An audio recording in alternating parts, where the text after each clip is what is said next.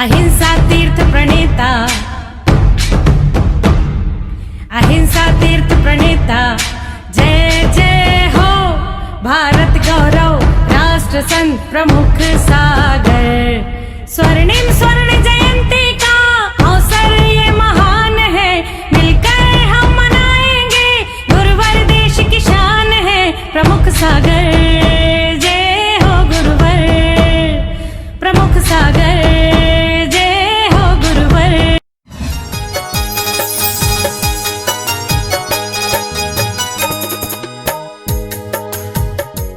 स्नेहबात्माओं, उत्तम सत्य जीवन की वो व्यवस्थाएं हैं जो व्यवस्थाएं हमारी आत्मा के साथ जुड़ी हैं। हर आदमी सत्य सुनना पसंद नहीं करता है, सत्य सुनना पसंद करता है लेकिन बोलना उसे झूठ पड़ता है।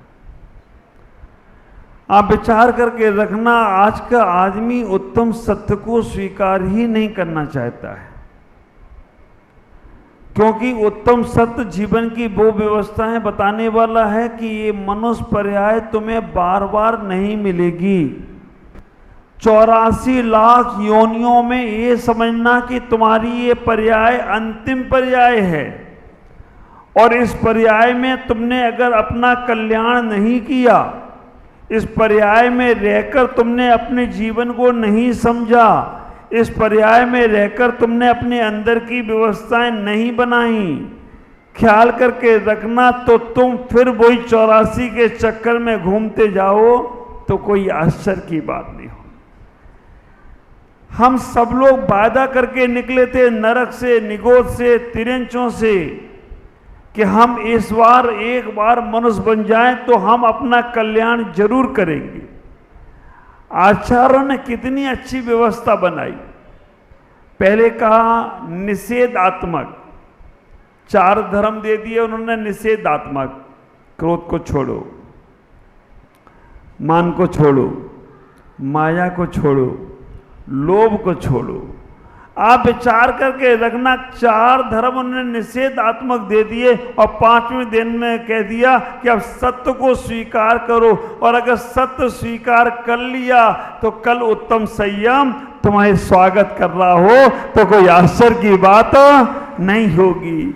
इसीलिए उन्होंने कहा 4 कसाय निकाल दो तो तुम्हें फिर सत्य ही सत्य दिखेगा, और सत्य केवल एक ही है कि कल तुम्हारा संयम का दिन होना चाहिए, कल तुम्हारे जीवन में नियम होना चाहिए।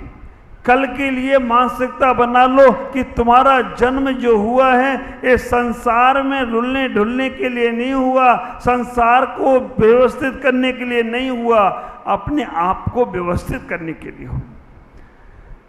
जब कल संयम को स्वीकार करोगे तो वो आचार्य कहेंगे परसों तपस्या में बैठ जाओ, और नरसों कहेंगे कि त्याग तो तुम्हारा हो ही गया, और जैसी त्याग होगा तो आकिंचन, और आकिंचन होते ही तुम अपने ब्रह्म में उतरकर उस ब्रह्म में मिल जाओ तो कोई आश्चर्य की बात। 10 धर्म व्यवस्थित रूप से कहे हैं। देखना, आत्मा सत्य है, शरीर बोलो ना झूठ है। आप विचार करना, आत्मा सत्य है, शरीर झूठ है, ज्ञान दर्शन सत्य है, सुख दुख झूठ है।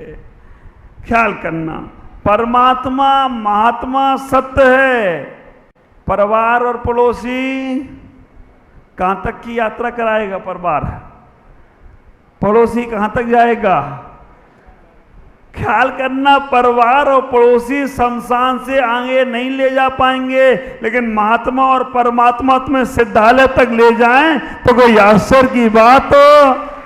उनको स्वीकार करोगे तब तुम्हें समझ में आएगा कि सत्य क्या है। परिवार तो वह है, बनी तो बनी, नहीं बनी तो बन पड़ी। आप विचार करना, परिवार का और पड़ोसी का सत्य तो तभी तक का है जब तक बनती है तब तक, उसके बाद परिवार और पड़ोसी कब तुम्हें पराया कर दें कोई भरोसा नहीं है। लेकिन एक बार परमात्मा और महात्मा से बन गई ना, तो विचार करके रखना, महात्मा और परमात्मा ख्याल करो, 4 माँ हैं। जन्म देने वाली माँ बच्चे को उंगली पकड़ के सिखाती है आगे बढ़ने को। जन्म देने वाली माँ तुम्हारे शरीर की चंचलता को रोकती है। जन्म देने वाली माँ तुम्हारे शरीर की चंचलता को, तुम्हारी उठने बैठने की क्रिया को, तुम्हारे आगे पीछे आने जाने को सुधारती है। वो है जन्म देने वाली माँ। दूसरी माँ है महात्मा, जो तुम्हारी मन की उठक बैठक को सुधारती। मन में चलता रहता ना खुदापाती खुरापाती, मन की उठक बैठक को, मन की खुरापात को सुधारने वाले हैं महात्मा। और तीसरी माँ है परमात्मा।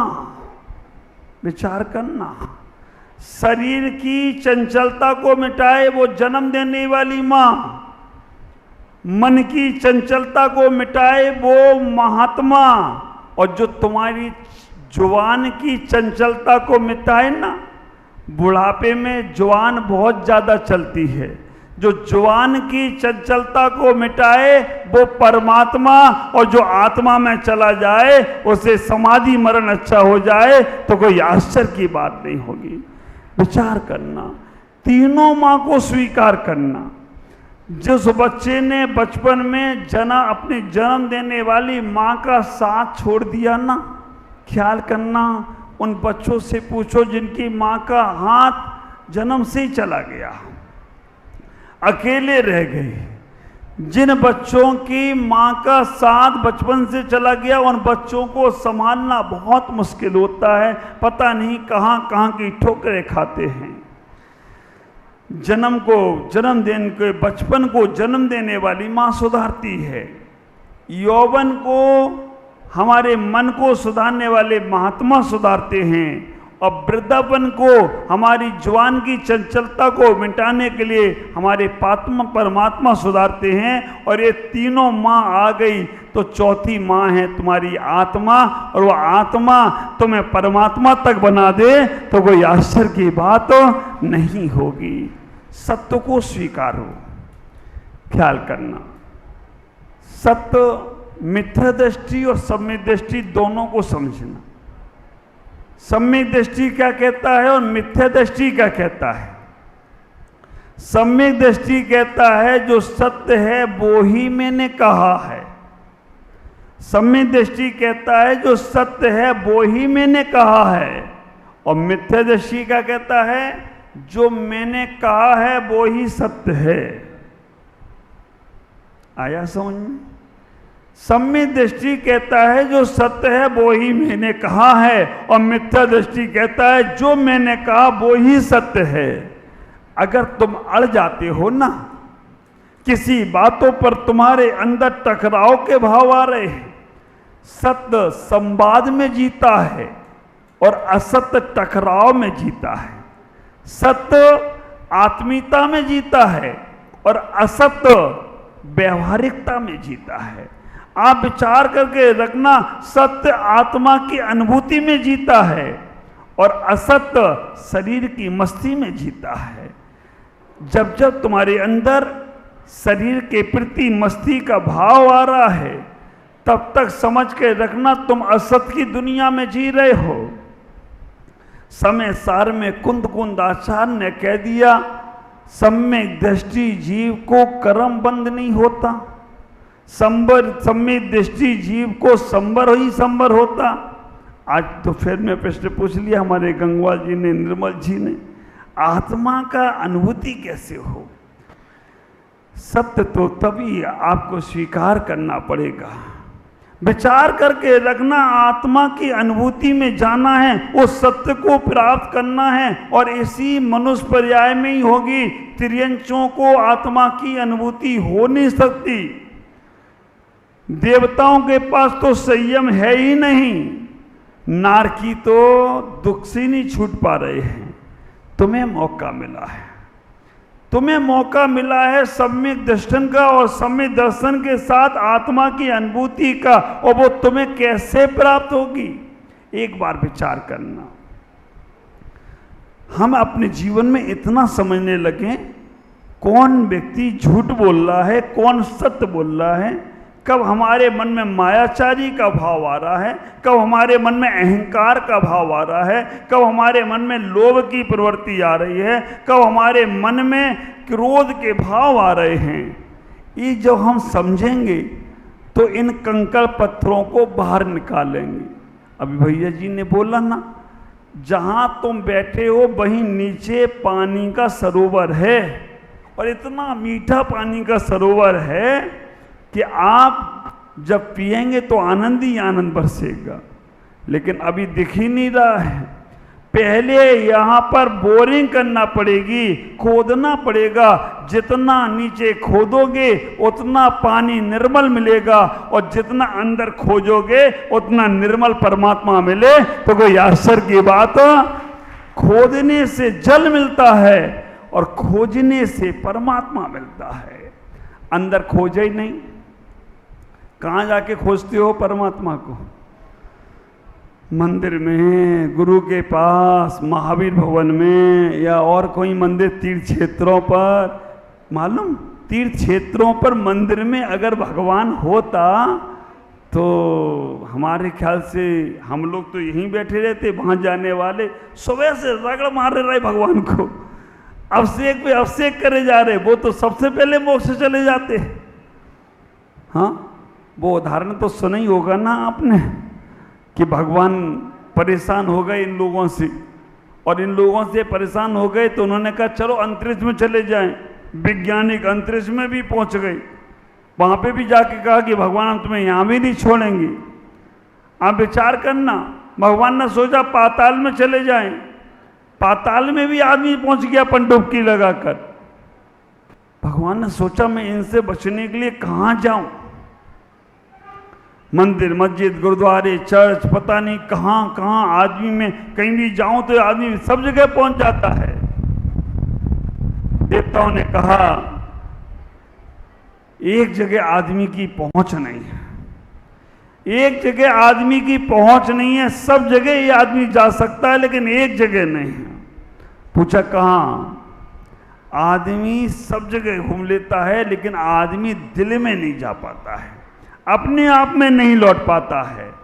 भगवान ने कहा चलो वो भी देख लेता हूं, और भगवान उसी दिन से बड़े आराम से, हम जैसे लोग थोड़े परेशान करते हैं, बाकी तुम लोगों ने बिल्कुल रिलैक्स दे रखा है भगवान को, बिल्कुल आनंद में है तुम्हारे पास, क्योंकि तुम्हें सब जगह ढूंढने की आदत है लेकिन अपने दिल में खोजने की आदत नहीं है। और मैं कहूँगा शांति जब भी मिलेगी, सुख जब भी मिलेगा, तुम्हें अपने आप में लौटने से मिलेगा।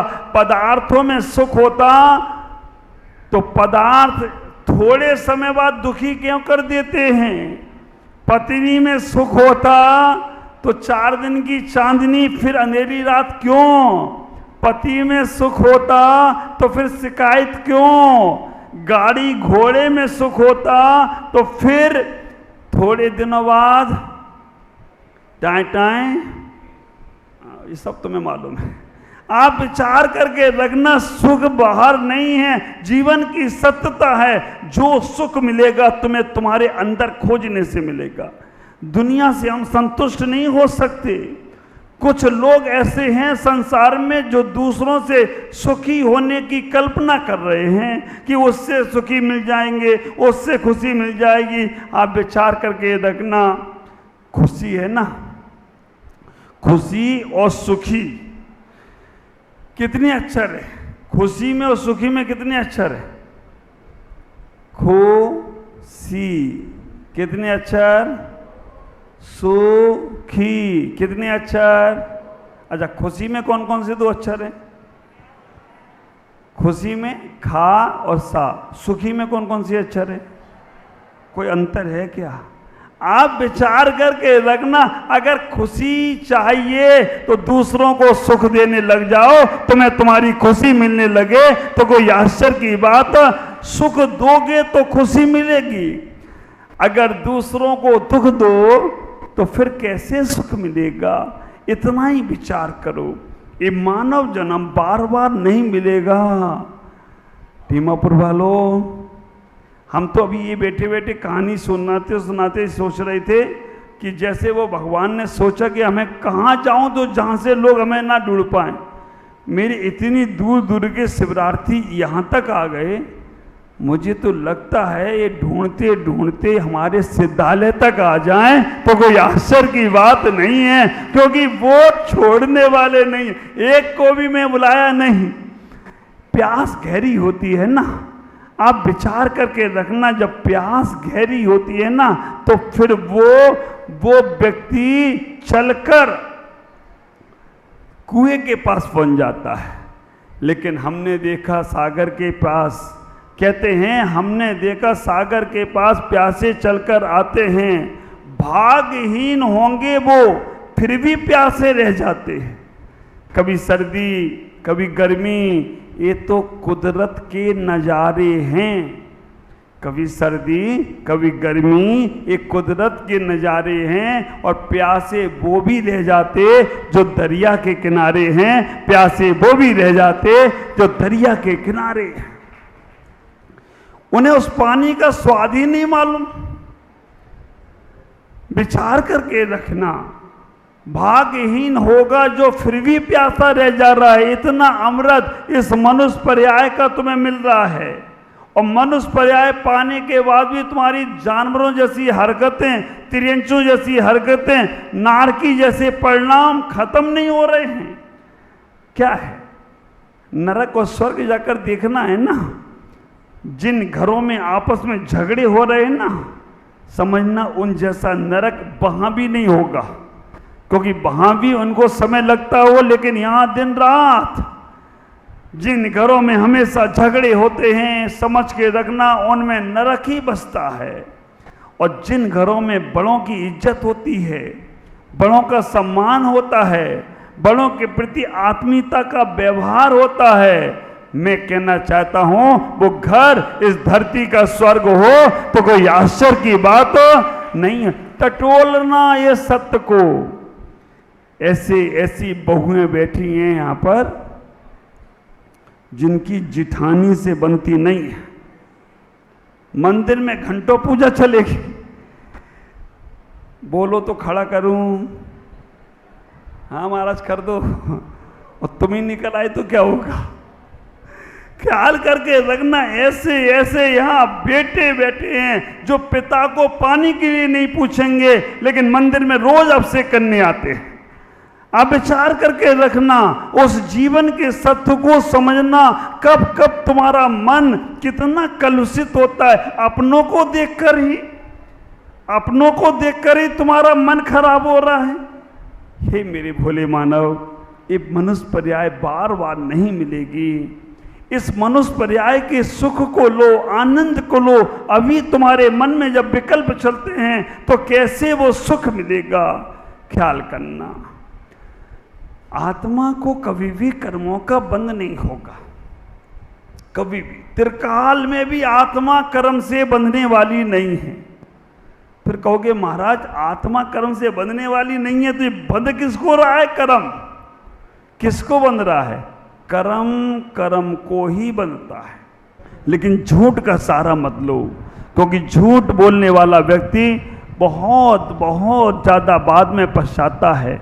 जब उसकी झूठ खुलती है ना, पोल पट्टी खुलती है ना, तो फिर वो सर छुपा के रहता है, इधर उधर मुंह मारता रहता है, वो फिर सामना नहीं कर पाता है। इसलिए अपने जीवन में जैसा भी हो सत्य को बोलने का प्रयास करो। ना बोल पाओ तो उस समय को टाल दो।